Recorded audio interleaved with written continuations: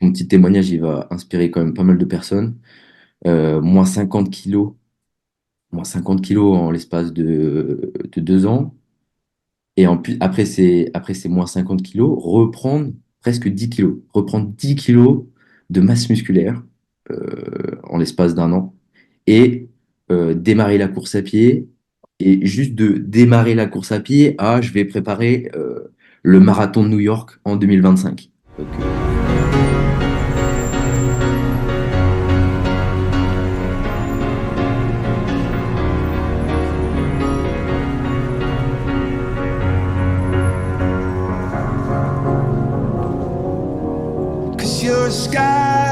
'Cause you're a sky full of stars.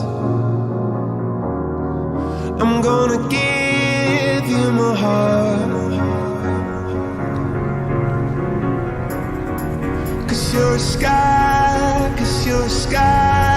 full of stars.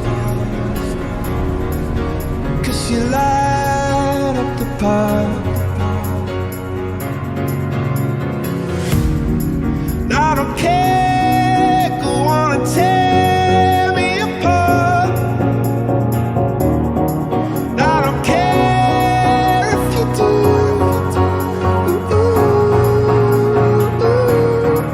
Cause in a sky full of stars, I think I saw you. Benjamin. Comment ça va, Benjamin? On Ça fait va, genre, toi? Benjamin, on fait genre, on Ouais, s'est pas j'ai parlé bien avant. compris. On parle là. On a fait un petit débriefing ensemble juste avant. On fait genre, on s'est pas parlé. Ok. Euh, alors, Benjamin, est-ce que tu peux te présenter brièvement, rapidement, ouais, en disant un peu ton âge, ce que tu fais, un peu ton parcours, d'où t'es parti. Voilà. Raconte-nous un peu tout ça, Benjamin. Raconte-nous tout ça. Donc, en gros, j'ai 25 ans, bientôt 26. Je suis préparateur en pharmacie. En sport, je fais de la course à pied, du renforcement musculaire. Euh, donc, je suis parti d'assez loin, on va dire. Euh, Si on remonte à quelques années, je faisais 123 kilos. Ok. 123 kilos pour 1m90. J'ai eu un déclic suite à une prise de sang où mon taux de triglycérides avait atteint 7. Là où on sait qu'on doit être en dessous d'1,5. Sans dire que j'avais pété les scores. Euh, mais j'ai eu un déclic un peu trop dur, on va dire. J'ai perdu 20 kilos en 2 mois. Donc, Et un juste peu pour trop resituer, restrictif. excuse-moi de te couper, juste pour resituer, Ouais, il y a combien d'années à peu près? c'était entre ma première et ma terminale. C'était, du coup, j'ai eu mon bac en 2016. C'était en 2015. Il y a 7 8 ans, quoi. Ouais. 8, ouais, 8 ans. Ok. Ouais, ça, du coup, j'ai fait, l'été, c'est pratique, hein, parce qu'on peut manger que des légumes, ça se voit pas, à vrai dire. Du coup, j'ai essayé de manger moins de 500 calories par jour. Ah, ça marche bien, hein, on fond vite, mais Le il y a tous régime les à tortue. côté qui sont pas cool. Hein? Le régime tortue. Ah bah ouais, clairement, là, tu manges des fruits, des légumes, et puis ça passe, hein. Ah bah J'appelle ça, clairement, autant dire que après, par contre, tout ce qui va être compulsion alimentaire, tout ça, bah t'exploses les scores, hein, clairement. ouais, j'appelle ça le Mais régime tortue. J'appelle ça le régime tortue. Et du coup, donc à cette époque-là, là, donc tu faisais principalement en activité physique, comment ça se passait? Parce que du coup, je la faisais muscu, tu m'as expliqué, de la c'était course à très pied. bas. Ouais, bah, Ouais. du coup, en fait, c'est ça, c'est que comme je mangeais pas beaucoup, bah, je faisais de la course à pied. Et bah, quand tu cours et que t'as rien mangé, bah, t'as tendance à pas être bien après. Ok. Euh, T'avais la Après, tension, tu voyais ouais, des étoiles. je faisais pas beaucoup de courses, hein. C'était grand max, je faisais 5 kilomètres, quoi, à ce moment-là. C'était pas comme aujourd'hui, quoi. Ouais, ok. Ouais, 1 à 2 fois par semaine, et puis, c'était tout, genre. 2 fois par semaine à base de courses. Moi, je me rappelle d'une anecdote que tu m'avais racontée. Je me rappelle que tu me disais quand tu t'étais inscrit en salle de sport, euh, c'est un truc que j'avais noté en fait. Et tu partais pas de la salle de sport tant que sur le tapis de course, il n'y avait pas écrit 1000 kilocalories. Tant qu'il n'y avait pas écrit 1000, tu sortais pas de la salle de sport. Ouais, c'est vrai. Et ça, mais Ouais, ça, ça, c'est la première fois que je me suis inscrit en salle. C'était en 2019, juste avant le Covid, ouais, c'est ça, en 2019, le 26 décembre 2019. C'était ma résolution pour l'année 2020, m'inscrire en salle. Ok. Euh, Bah, en fait, entre les 20 kilos que j'ai perdus et ce moment-là, j'avais reperdu encore 10 kilos, mais les 10 kilos, je les avais lissés. J'avais repris, j'avais recommencé à manger à peu près normalement. En gros, je faisais restriction la semaine et puis le week-end, je faisais un peu moins attention, mais en fait, c'était pas le bon truc parce que c'était typiquement le truc où tu faisais des crises d'hyperphagie, où tu mangeais n'importe quoi. C'était pas la meilleure idée que j'ai eue non plus. Et après, je me suis dit, bah, c'est pas grave, pour continuer à perdre un peu, bah, je vais m'inscrire en salle. C'est là que je me suis inscrit en salle, mais je faisais des séances, ouais, je faisais ça, du tapis de course où il fallait qu'il y ait 1000 calories qui soient inscrits. Je faisais des séances de 3 heures. C'était pas non plus les bonnes idées, quoi. Ok. Ok, ok. Donc ça, c'était la période avant qu'on puisse, avant que tu aies démarré le coaching avec moi. Et, Ça, ouais. Et du coup, t'es passé de 123 kilos à, parce que moi, je me rappelle de la première, j'ai tout noté, 73. à 73. T'as moins 50. Incroyable. Ok. Ouais. Donc ça, c'était le début. Et, et avant de démarrer, du coup, ce qu'on a fait ensemble, parce que toi, je me rappelle que tu m'avais demandé pour continuer, qu'est-ce que je peux faire pour justement être plus athlétique, continuer. Et moi, je Ah, t'ai ça. dit, et moi, je t'ai dit, bah, là, on va partir en sens inverse. On va partir en sens inverse. On va faire du travail en salle de sport, mais on va aller s'occuper un peu plus des machines. On va s'occuper un peu plus des poids libres. On va travailler en hypertrophie. On va reprendre de la masse musculaire. Et du coup, qu'est-ce que t'en as pensé à ce moment-là? De repartir en sens inverse. Comment ça s'est passé pour toi? Bah, clairement, sur le moment, quand tu m'as dit que j'allais reprendre du poids, c'était pas le bon bail, hein. Moi, de base, je voulais continuer à perdre, hein. J'avais prévu, moi, mon but, c'était d'atteindre 65 kilos, de base. Ouais, Bon, pour 1m90, ça faisait peut-être un peu peu, mais c'est, c'était pas le but. Mais... ouais, Donc ouais, sur le moment, quand tu m'as dit, bah, va falloir reprendre du poids, pas trouver, enfin, j'étais pas hyper chaud. Bah, après, je le savais que c'était pas non plus, enfin, ce que je faisais, c'était pas bon. Enfin, bah, c'était juste après les vacances, enfin, je revenais de vacances non, non, et c'est ce que je t'avais expliqué que c'était buffet matin, midi et soir. Et qu'en fait, pendant toutes les vacances, en fait, j'ai pas mangé. Parce que peur de craquer, en fait. Et c'est suite à ça, en fait, hein, que je t'ai contacté et que je me suis dit qu'il y avait vraiment un problème. C'est que l'alimentation, c'était devenu ouais, plus une peur qu'autre chose, finalement. ouais, Donc oui, l'aliment. quand d'un seul coup, tu m'annonces, bah, va falloir que tu prennes du poids. Ouais, ah, Ouais. j'étais pas fan, hein, sur le début. Ça, c'est une erreur, mais de beaucoup de personnes. Parce qu'en fait, il y a prendre du poids, mais dans prendre du poids, il y a soit prendre de la masse grasse, ou soit partir sur une prise de masse musculaire. Alors, évidemment, quand on crée un surplus calorique, c'est difficile de simplement prendre de la masse grasse sans prendre un peu de prendre de la masse musculaire sans prendre un peu de masse grasse.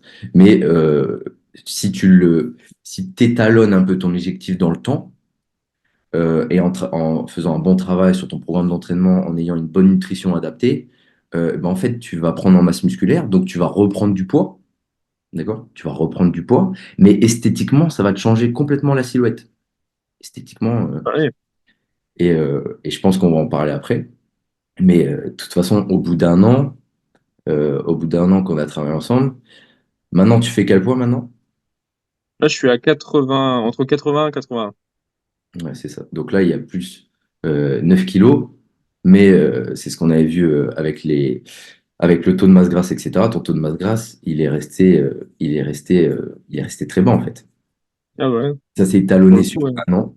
Tu vois, c'est ça que je veux dire, c'est que ça s'est étalonné sur un an.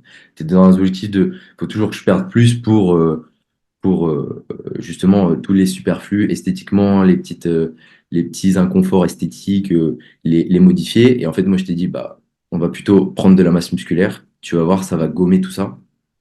Et en fait, 9 kilos après, et ben, ça change la silhouette. Et puis voilà, quoi. Ça change pas mal de choses.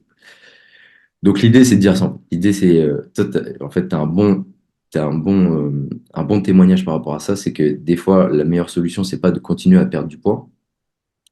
En fait, quand on parle de perte de poids, d'ailleurs, on parle de perte de masse grasse, mais c'est justement de partir sur une prise de masse musculaire, alors contrôlée, hein. Il ne s'agit pas de prendre 10 kilos en un mois, parce que là, bien évidemment que Bien évidemment qu'il va y avoir beaucoup plus de masse graisseuse, de rétention d'eau qu'autre chose.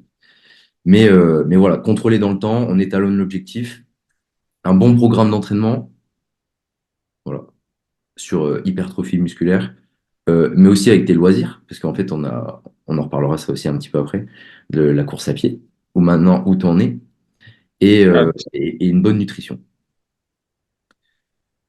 Ok, ok. Et pourquoi, et du coup, pourquoi tu as décidé de... Parce qu'en fait, il y avait plusieurs, tu vois, tu avais plusieurs choix. Tu vois, avais plusieurs choix entre soit aller à la salle de sport, soit demander de l'aide d'un coach, soit éventuellement demander un studio de coaching. Soit, pourquoi t'as décidé de faire appel à moi, par exemple? Bah, en gros, la première fois que je me suis inscrit en salle, tu sais, t'as des coachs en salle. Ouais. Ils m'avaient fait un programme. Le problème, c'est que clairement, je le respectais pas, hein. Je faisais un peu à ma façon. Au niveau alimentation, c'était devenu pire qu'avant. Je remangeais moins, mais je faisais des séances énormes, donc ça servait à rien. Après, il y a eu le Covid, donc bah, les salles ont fermé. Là, c'est à ce moment-là que j'ai repris la course à pied vraiment régulièrement. Après, les salles ont réouvert, mais il y a eu un nouveau confinement. Moi, entre-temps, au niveau professionnel, j'ai changé de taf, j'ai repris mes études. Et bon, après, j'ai réarrêté mes études. Mais il y a eu beaucoup de changements. Donc, je me suis réinscrit dans une autre salle. Et en fait, j'ai recommencé à faire les mêmes erreurs. Donc, je me suis dit, à un moment, autant que tu sois encadré tout de suite, que ce soit carré sur tout, au niveau alimentation, au niveau ouais, suivi, pour être sûr de pas recommencer. Parce que bon, quand tu fais les erreurs deux fois, trois fois, à un moment, t'as compris, quoi. Mhm. Ouais, mais ouais. Moi, c'est ce que je remarque. De toute façon, j'ai travaillé en salle de sport, donc je vois très bien le problème en fait des coachs en salle de sport. Le problème quand tu es coach en salle de sport, c'est que il y a énormément de personnes déjà en salle de sport, parce que les salles de sport, ils vont jouer sur les tarifications pour attirer un maximum de monde. Et le deuxième problème, c'est que le coach qui est à temps plein, en fait, il n'a pas que s'occuper des clients. Ah ouais, c'est ça. Dans son taf, il doit gérer l'administratif, il a une partie commerciale, il a une partie gestion des impayés, etc. Et en fait, du coup, ça lui prend énormément de temps. Et du coup, en plus de gérer ses cours collectifs, et ben en fait, proposer individuellement à plus de 300 personnes un coaching, c'est pas possible. En fait, il peut pas. Du coup, moi, c'est aussi pour ça que j'ai quitté les salles de sport, parce que je voulais plus de résultats avec les personnes, je voulais m'occuper en individuel. Et du coup, voilà. Ok. Donc voilà pourquoi. Ça marche.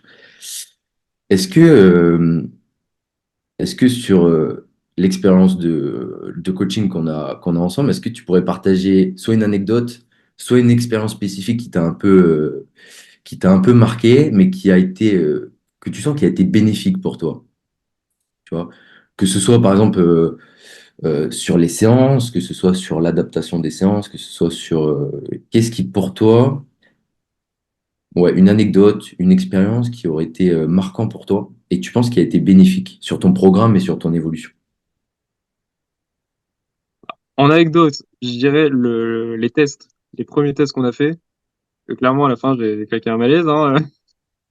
Je- Tellement t'as poussé le truc loin, je me suis, vers la fin, j'étais en PLS.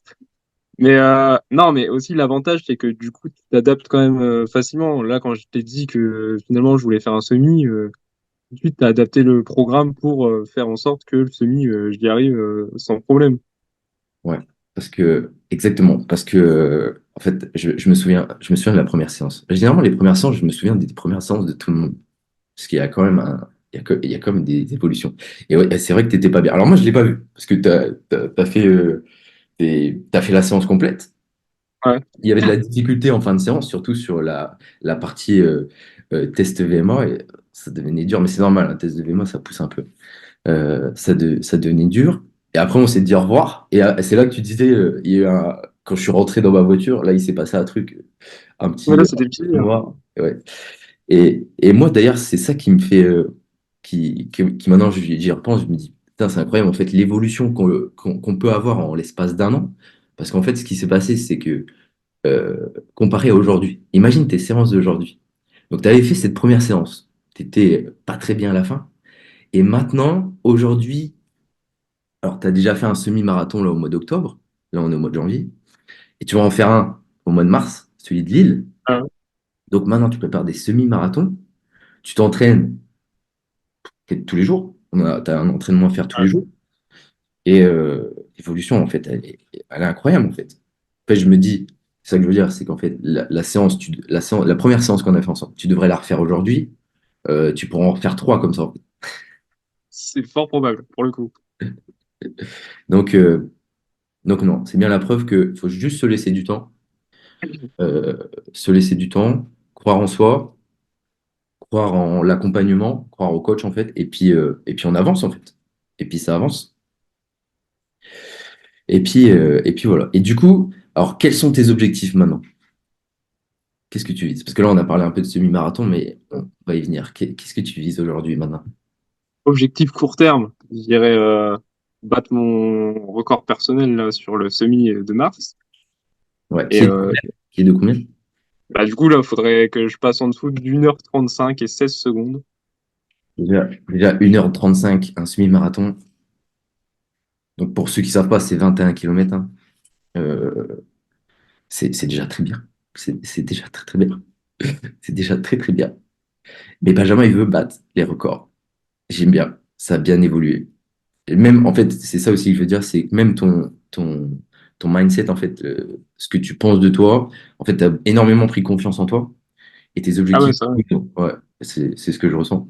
Et tes objectifs ont changé. On est passé de je veux juste reprendre enfin, pas reprendre un peu de poids, je veux perdre du poids pour me sentir un peu mieux. Et au final, tu as pris 9 kilos en l'espace d'un an. Et là, tu prépares des semi-marathons.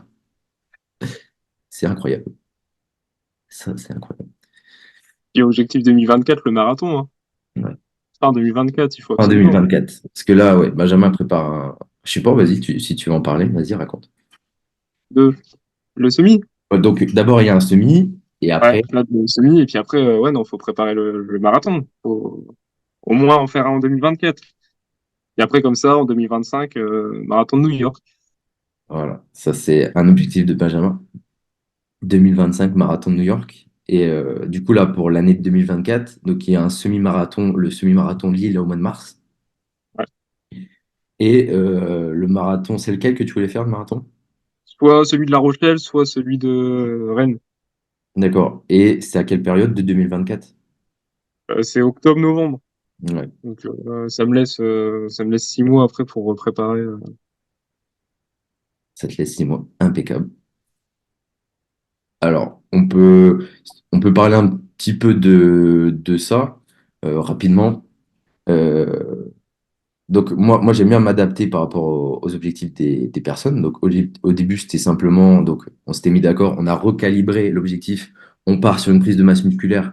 C'est là Ouais. que tu t'es familiarisé avec l'entraînement du renforcement musculaire, de l'hypertrophie, travailler en hypertrophie, salle de sport. Donc là ça t'avait changé hein, dans un premier temps. Je me rappelle qu'on avait Carrément. une bonne période de quel exercice faut-je faire, quelle série, quel nombre de répétitions, et puis qu'on a adapté au fur et à mesure.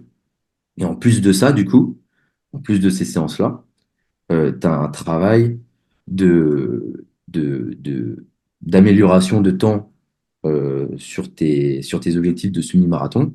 Bon, là, pour l'instant, après, on verra pour le marathon. Mais donc, tu as en plus des entraînements de course à pied. Ouais. Voilà. Est-ce que le mariage des deux, ça va, ça se passe bien? Est-ce que c'est faisable? Qu'est-ce que tu en penses? En vrai, enfin, je m'aurais demandé ça il y a 2 ans, je t'aurais dit non, hein, clairement, parce que là, enfin, ouais, ça me fait faire des fois des journées avec 2 séances, une course à pied, une à la salle. Mais en vrai, après, ça se fait. Hein. Enfin, de toute façon, une fois que le corps il est habitué, ça se fait tout seul. Hein. Ouais, de toute façon, le corps, il s'adapte. Il faut juste pas passer de tout à rien. Enfin, moi, Ouais, c'est c'est ça. comme ça que j'accompagne franchement, toutes les personnes. Faut pas passer de tout à rien. Il faut y aller implémenter étape par étape. T'as pas fait de sport depuis 15 ans. C'est pas grave. T'as décidé, t'as eu le déclic, t'as décidé de t'y mettre très bien. Mais tu vas pas faire une séance par semaine, tu vas pas faire une séance par jour direct. En fait, on va se calmer. Tu vas faire 3 séances d'activité physique, tu vas reprendre convenablement. Ok, au bout de quelques semaines, tout se passe bien. Et ben on passe à 4. D'accord? On évolue. Ça va de mieux en mieux. Ok, on va augmenter ton NEAT quotidien, c'est-à-dire on va essayer d'augmenter tes dépenses. bouger plus, et après on va commencer à implémenter l'alimentation. Mais en fait, tout ça se met étape par étape, semaine après semaine. Pas se prendre la tête, il faut pas être impatient, il faut juste croire au processus et en final, on se rend compte qu'en l'espace de 3 mois, en mettant chaque jour, en voulant s'améliorer de 1% chaque jour, et ben on atteint des super résultats, quoi. Déjà au bout de 3 mois. Ouais, c'est ça, parce que les 3 premiers mois, c'est là où j'ai vu le plus de résultats, en vrai. Ouais, ouais. Moi, j'avais noté déjà qu'au bout de les 3 premiers mois, tu avais déjà repris 5 kilos. Tu avais déjà repris 5 kilos Ouais, c'est ça. et, euh, et, euh, et par rapport à la balance à impédance-symétrie et les mensurations qui parlaient d'eux-mêmes, hein, par rapport au tour de taille, les tours de bras, les tours de cuisse, que c'était sur ces 5 kilos, bah, il y avait déjà énormément de masse musculaire qui était prise. Mm. Qui a été prise. Donc ça, super. Euh, comment tu pourrais te décrire, tu vois, le ressenti que tu as aujourd'hui, parce que c'est un truc que j'aime bien parler avec les personnes. Quel bénéfice, tu vois, à faire ton activité, tu vois, de faire autant d'activités physiques, on va dire, par semaine? Quel ressenti, si tu peux faire la comparaison avec le toi il y a 5 ans et le toi d'aujourd'hui, comment tu te sens dans tes journées? Euh, Qu'est-ce que tu peux dire par rapport à ça? Les bénéfices liés à l'activité physique. Qu'est-ce que tu ressens par rapport à avoir implémenté ça dans ton mode de vie, que ce soit naturel pour toi? Est-ce que tu as senti une différence ça, par rapport à il y a 5 ans? C'est-à-dire, est-ce que... Déjà, Vas-y. ouais, rien qu'au niveau, enfin, c'est un peu contradictoire, mais rien qu'au niveau fatigue, on pourrait penser qu'on est plus fatigué. Moi, pour le coup, en fait, enfin, j'ai plus de pêche quand même, même sur la journée.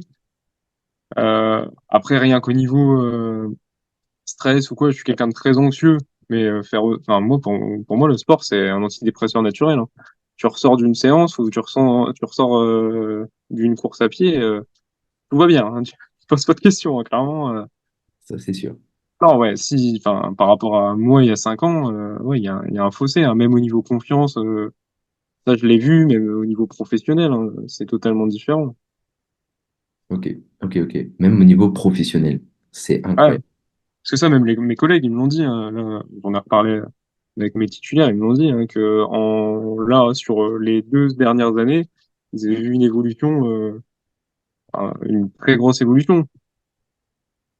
Non, c'est important. Là, je vais synthétiser ce que tu as dit, mais là, c'est parce que, en fait, tu te rends compte que l'activité physique, c'est pas juste pour l'esthétique. Ça joue Ouais, aussi non, sur carrément pas. énormément de plans sur la vie, en fait. Ah ouais, Tu dis que ça te sert d'antidépresseur, ça permet de défouler un peu sur les journées. Tu as dit que ça a permis de prendre énormément confiance en toi. Alors ouais, que, est-ce que tu aurais pensé que l'activité physique permet de faire ça? Mais en fait, c'est les personnes voilà. qui le font. Les personnes qui le font qu'après, ils se rendent compte que et bah, tu atteins tes résultats, tu avances, et bah, forcément, après, tu prends confiance en toi et ça se répercute sur plein de plans, sur ta vie de tous les jours et notamment le plan professionnel. Et là, tu disais du coup que les personnes qui travaillent avec toi, les collaborateurs, ils avaient remarqué que tu avais énormément changé par rapport à ça. Ok, Ouais. ok, ok, ok. Ça, c'est intéressant. Euh, en fait, quel petit conseil tu donnerais à quelqu'un qui voudrait atteindre des objectifs similaires aux tiens, quel conseil tu pourrais leur donner? C'est-à-dire une personne qui, euh, qui voudrait toujours perdre du poids mais qui devrait pas, tu vois, et qui n'a pas forcément confiance en elle et qui sait pas si elle devrait démarrer avec un coaching avec un coach en salle de sport, le regard des autres. Qu'est-ce que tu pourrais donner comme conseil à cette personne-là? Déjà, pour le coup, le regard des autres en salle de sport, c'est un truc enfin, tout le monde en a peur, mais en vrai, chacun fait son truc de son côté, hein. Ça, enfin, je sais que moi, bah, on en avait parlé, je voulais pas y aller, enfin, j'y allais très tôt le matin pour être sûr de tomber sur personne. Clairement, en fait, chacun fait son taf et c'est parti, hein. Enfin, on se pose pas de questions particulières, hein. Après, en conseil, vraiment, c'est surtout ne pas se peser plusieurs fois par jour. Ça n'a aucun intérêt, hein. Pour l'avoir fait, hein, jusqu'à 3, 4 fois par jour, ça sert à rien, hein. Notre poids, il varie tout au long de la journée. Rien qu'on boit un verre d'eau et hop, on a pris 100 grammes, hein, donc ça sert à rien. L'alimentation, pour le coup, c'est hyper important. Contrairement à ce qu'on pense, c'est pas moins on mange, plus on perd. C'est parce que le corps, il se met un peu en mode survie hein, quand c'est comme ça. Donc, on a même tendance au contraire à prendre du poids.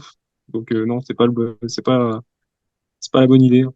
Ouais, Non, exactement. et puis, Là, savoir que. t'as dit plusieurs choses intéressantes. Désolé, hein, je te coupe, mais t'as dit Ah, plein de... vas-y.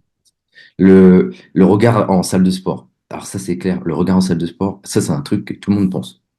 Mais tu sais, moi, ce que je pense vraiment de ça, je pense que les gens ont un ego mal placé. En fait, ça vient d'un ego mal placé. Tout le monde fait sa vie. Tout le monde a ses problèmes, tu vois. Et en fait, si tu veux, quand tu Hum. as ta vie, tu as tes problèmes, t'as pas le temps de t'occuper des autres. Et c'est exactement Ah ce que bah tu non, as t'as dans la raison, salle hein. de sport. Il y a, les gens ont l'impression ou pensent que tout le monde les regarde, tout le monde est dans sa bulle, tout le monde est en train de faire son programme. Alors bien évidemment, des fois, il y a des personnes qui vont regarder, t'as toujours quelques-uns qui traînent par-ci par-là et qui voilà, ils regardent un peu, mais c'est pas du tout la majorité, la salle de sport. Tout le monde a son programme, tout le monde est là parce qu'il a son entraînement à faire. Ils n'ont pas le temps de te regarder. Ils savent même pas. Ah oui, je l'ai vu, j'ai vu quelqu'un rentrer dans la salle de sport. Ouais, voilà, ils t'ont vu, ils sont repartis sur leur entraînement. Et en fait, moi, pour le coup, des fois, on est ensemble, on s'entraîne ensemble. On va à la salle de sport. Il y a quelqu'un qui est à l'autre bout de la salle. Je l'ai vu en entrant, mais il était à l'autre bout de la salle. Donc, j'ai pas été le voir. On commence à l'entraînement. Et à un moment, on se croise sur la machine et puis on se dit bonjour. Tu sais, ah putain, t'es là, machin. Et tu vois, c'était même pas vu, tu vois, parce qu'on est Ah, ouais. chacun dans son entraînement, et même si la salle, elle fait 400 mètres carrés, on s'est pas croisés. Donc en fait, le regard des autres en salle de sport, c'est un mythe. Ça concerne quelques personnes, ça concerne une minorité de personnes, bien évidemment, mais majoritairement, les gens, ils sont pas là pour ça. Ok, ok. Et ouais, t'avais dit un autre truc aussi, et j'ai oublié. T'avais dit un autre truc vers la fin. T'as parlé du regard des autres en salle de sport, et tu avais parlé aussi. D'alimentation, le fait de manger Ouais, ouais, d'accord. moins Ouais, exactement. que ce que notre corps a besoin. Ça, c'est un autre petit problème avec les personnes, c'est qu'en fait, en réduisant comme ça les calories, bah, en fait, on s'approche de bloquer le métabolisme, hein. Et du coup, pour perdre du poids, quand le métabolisme, bah, c'est très compliqué. Donc, en fait, il faut faire tout l'inverse. Il faut relancer la machine. Alors, c'est pas forcément manger plus, d'accord? C'est pas manger dans des quantités extraordinaires, mais c'est manger mieux, faire une activité physique régulièrement pour justement relancer le métabolisme et aussi augmenter ses dépenses quotidiennes. D'accord? Alors toi, ça ne te concernait pas, mais je sais que ça concerne d'autres personnes qui souhaitent perdre du poids. Le problème, c'est que les gens, ils sont trop sédentaires. Tu restes plus de 3 heures dans la même position. Alors, peu importe, hein, que ce soit le travail ou que tu sois en vacances ou en repos, et ben après, tu as un comportement sédentaire et ça joue sur, quand tu as un objectif de perte de poids, bah, ça peut te défavoriser. D'accord? C'est juste en avoir conscience et de faire en sorte de bouger un peu plus dans ces journées. D'accord? C'est important, ça c'est super important. Or, toi, ça ne te concerne pas, tu travailles en pharmacie, tu es préparateur, tu fais combien de pas par jour? En moyenne, enfin, les 10 000, je l'ai fait, hein, ça y a pas de doute, hein. Ouais, je sais, 10 000, des fois même bah, tu es aux alentours de 18 000, 20 000 quand tu rajoutes en plus ta séance de course à pied. Ah, c'est ça. Donc voilà, alors pour un titre de comparaison, 10 000 pas, c'est à peu près entre 6,5 et 8 km en fonction de notre morphologie. Euh, mais voilà quoi, voilà, c'est l'indication. Alors, qu'est-ce que tu aimerais dire à quelqu'un qui hésite à commencer un programme d'accompagnement, un coaching avec moi par exemple, ou ouais, qui hésite à se lancer en fait, qui hésite à se lancer, qu'est-ce que tu pourrais leur dire? Ah, bah, qu'il faut pas hésiter. Clairement, on réussit toujours mieux quand on est accompagné, hein. De toute façon, c'est normal, hein, l'humain est comme ça, hein. Quand on en a plusieurs, on réussit souvent mieux.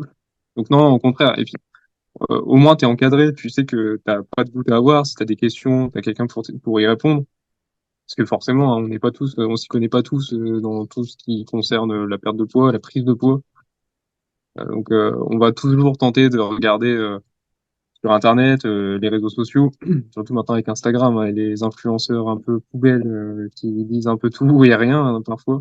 Donc non, mieux vaut, enfin, c'est sûr, mieux vaut être accompagné, au moins t'es encadré, c'est carré, et t'es sûr de faire ce qu'il y a à faire, quoi. Ouais, moi, c'est ce que j'explique aux personnes quand ils hésitent à démarrer.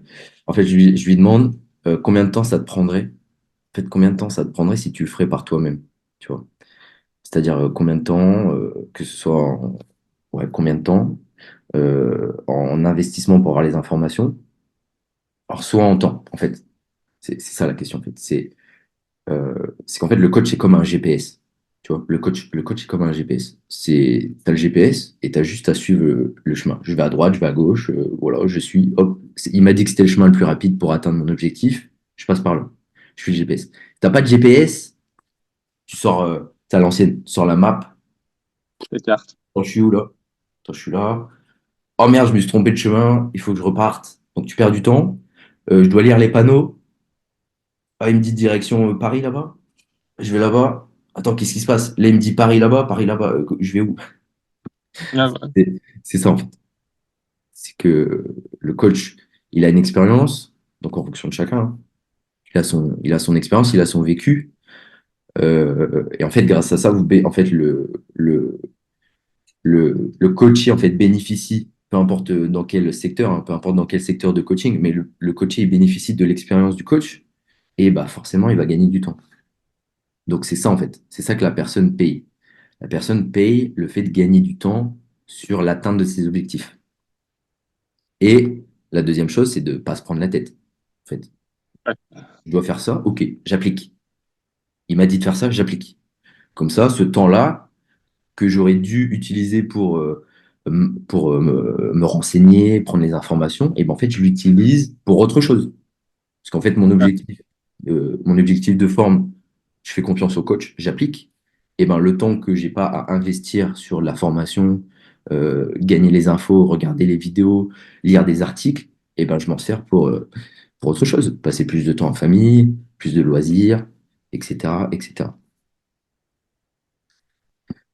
Ok, ok. Le petit mot de la fin. Qu'est-ce que tu voudrais dire, Benjamin? Petit mot de la fin. Un petit truc, Petit mot de la fin. une petite anecdote, un truc que tu te rappelles qui est marrant sur que tu faisais par rapport à tes séances avant ou que tu fais maintenant ou un petit truc, je sais pas, une petite anecdote, le mot de la fin, comme tu veux. Pour mes séances avant, bah, mes séances avant, elles étaient très, très longues, hein. Pour le coup, 3 heures en salle de sport, c'est très long, hein. Si jamais quelqu'un se pose la question, 1000 kilocalories sur le tapis, tu m'étonnes que c'est long. franchement, ah, mais le pire, c'était même pas ça, c'est que juste, enfin, avant de faire le tapis, je faisais forcément, genre, enfin, des exercices avec les machines. Et du coup, des fois, j'arrivais, c'est ça, j'arrivais, il était 8 heures, je repartais, il était 11 heures. Chaque fois, le coach qui était, il me disait, mais t'es là depuis combien de temps? Je disais, bah, je sais pas, 3 heures. Tu... Le coach, je vois bien le coach, quand il démarrait sa journée, après il finit sa journée, Benjamin, t'es toujours là. Qu'est-ce qui se passe? Ah, mais j'ai même fait des fois où j'y allais 2 fois, tu sais, genre, j'y allais le matin, puis après, je me disais, bah, finalement, je vais peut-être y retourner quand même l'après-midi, mais, enfin, ça servait à rien. En plus, t'es crevé à la fin, tu fais tout sauf des trucs bien. Parce que là, enfin, j'enchaînais beaucoup de cardio, mais forcément, à un moment, ton corps, il a du mal à suivre aussi, surtout quand on n'a pas fait depuis un petit moment. Donc non, ça, c'est pas la bonne chose, hein.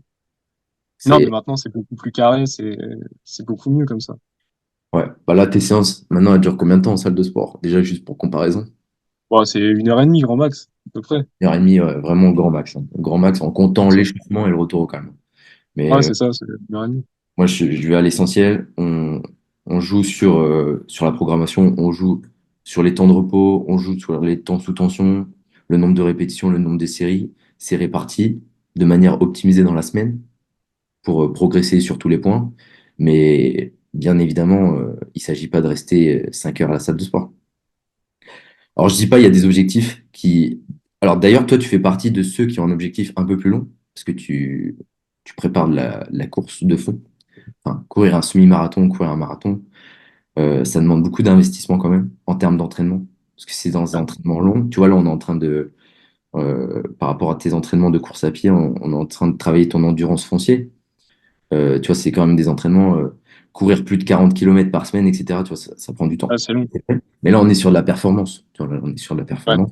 Quelqu'un qui a un objectif, simplement, bah, tes débuts, hein, tout simplement, hein, au tout Oui, début, bah quand oui. tu démarres le coaching, celui qui a un objectif de recomposition corporelle, à la salle de sport, il va à l'essentiel, normalement, 1 heure, 1h15. Voilà, ça suffit largement.